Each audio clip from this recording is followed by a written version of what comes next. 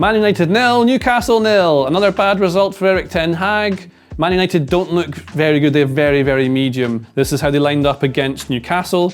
This is how Newcastle lined up against Man United. And whereas Newcastle have a very clear identity, Eddie Howe defines it as just intensity, Man United still lacking.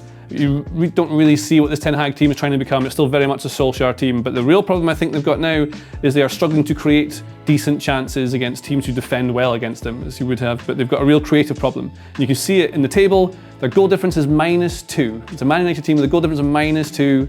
Fulham have scored more goals than them, 3 more goals than them in fact.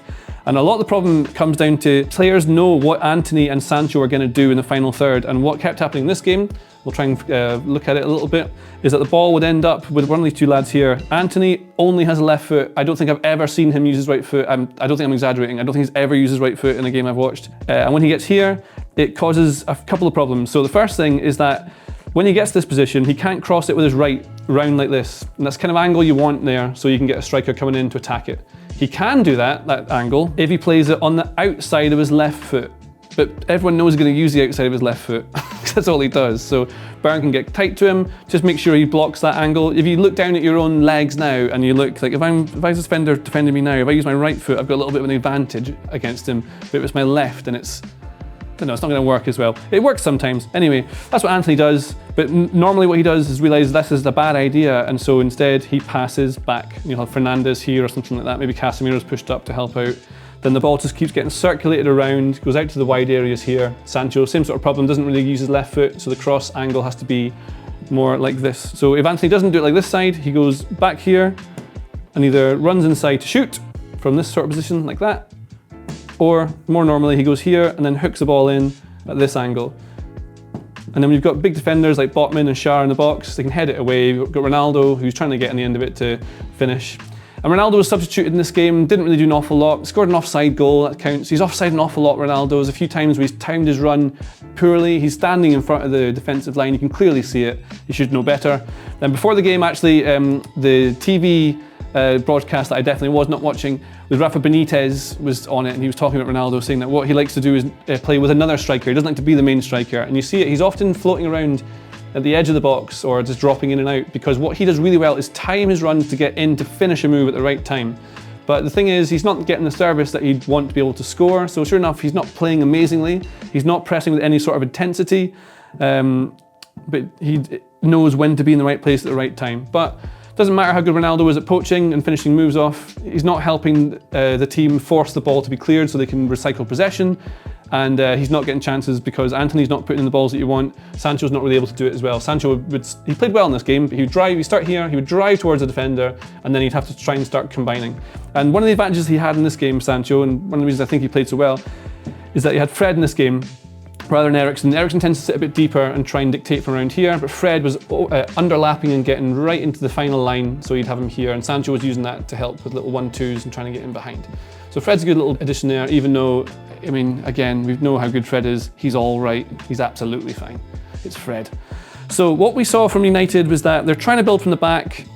They're still really bad at it. They can't do it, especially under any pressure. De Gea is just not built to do this. Newcastle were relentless from the very first minute. They were absolutely brilliant, and they were just pushing them with pace, like really, really aggressive in their press, playing a bit of a high line, trying to force Man United back.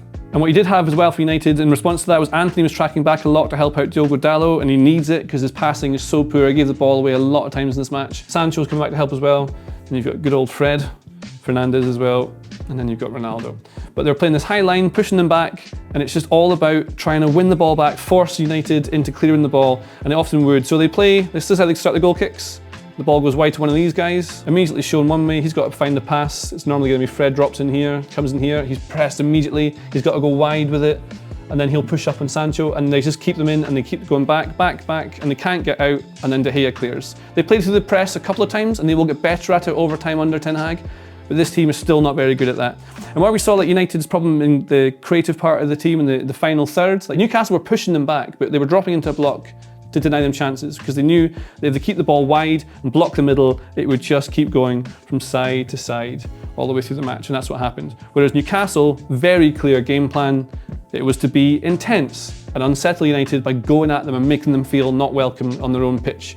And what they were doing, or one of the ways they did that, It's because you've got very fast lads in Almiron, Murphy, Wilson are getting forward, Joelinton's joining in as well. You're missing St. Maximin, I think he's injured again. So this is what you've got, these guys joining the press. Now, the way that looks when they're trying to build is that Wilson's obviously the furthest forward, but Newcastle do not mind whatsoever putting the ball into the channels. I don't like channel balls. I've seen Aberdeen and other teams that I've followed over the years do it constantly. You just hit a ball into the channel and then you sort of chase it, the other team wins it, they go backwards, and then in bad football they put a ball in the channel and it's just a bit of a hassle. But Newcastle do it in a really good way. They force it long, Trippier will hit it into this area here, and the idea is that you're going to have Murphy run and chase Shaw for it. So if Trippier's here, he'll put the ball into the channel, just chip it wide into where the space is out here, and then Murphy will race Shaw for it. It's a battle. As he's having a battle with Shaw, the rest of the team pushes up immediately and they get right close to it, and they're intense, and they win the ball back just with intensity. So they push the ball and they chase it. It's like you're throwing a ball for a dog to chase, and they all go up. It's a real team playing as one unit, and it just killed any momentum that United could get. Later on in the game, Ronaldo was taken off as a substitute. Obviously wasn't happy about it, but he offered very little. Whereas Wilson was charging down to chase De Gea to make him clear the ball, Ronaldo would be doing this thing where he was close to Pope would have the ball. If he just burst to do it, he'd have to kick it long, and then Ronaldo would win the ball back for United, but instead he sort of jogged along it. And there was a couple of times when he was trying to dovetail with Sancho in the final third, where these two were trying to dance around with each other. Sancho would be wide, and he'd try and play this reverse pass.